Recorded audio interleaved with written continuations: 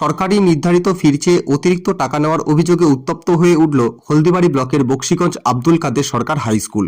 এই ঘটনার প্রতিবাদে ছাত্রছাত্রী ও অভিভাবকদের সাথে নিয়ে স্কুল কর্তৃপক্ষের কাছে স্মারকলিপি প্রদান করেন ছাত্র সংগঠন এআইডিএসও সদস্যরা।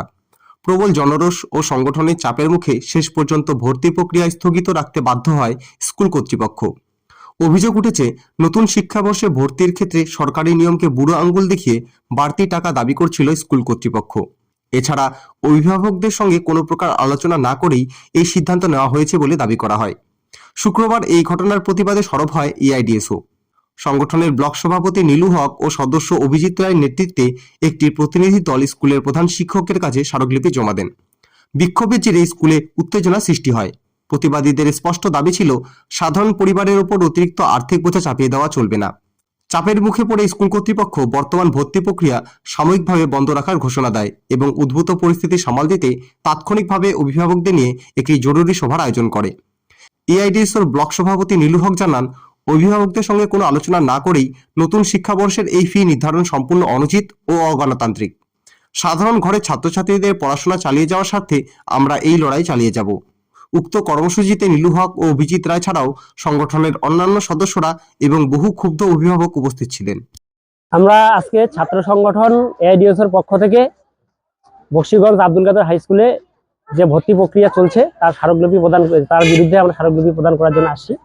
আপনারা জানেন যে গোটা রাজ্য জুড়ে যেখানে সরকারের নির্ধারিত ভর্তি ফি 240 টাকা, তার বেশি নেওয়ার বিরোধিতা করছে আমাদের ছাত্র সংগঠন এআইডিএসের পক্ষ থেকে।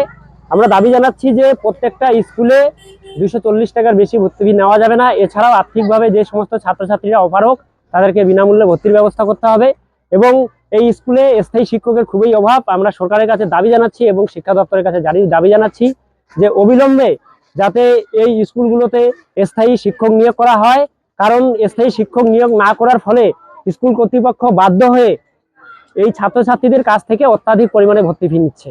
তাহলে যদি এই স্কুলগুলোতে যদি স্থায়ী শিক্ষক নিয়োগ করা হতো তাহলে হয়তো এই স্কুলে অত্যাধিক পরিমাণে ভর্তি ফি হতো না।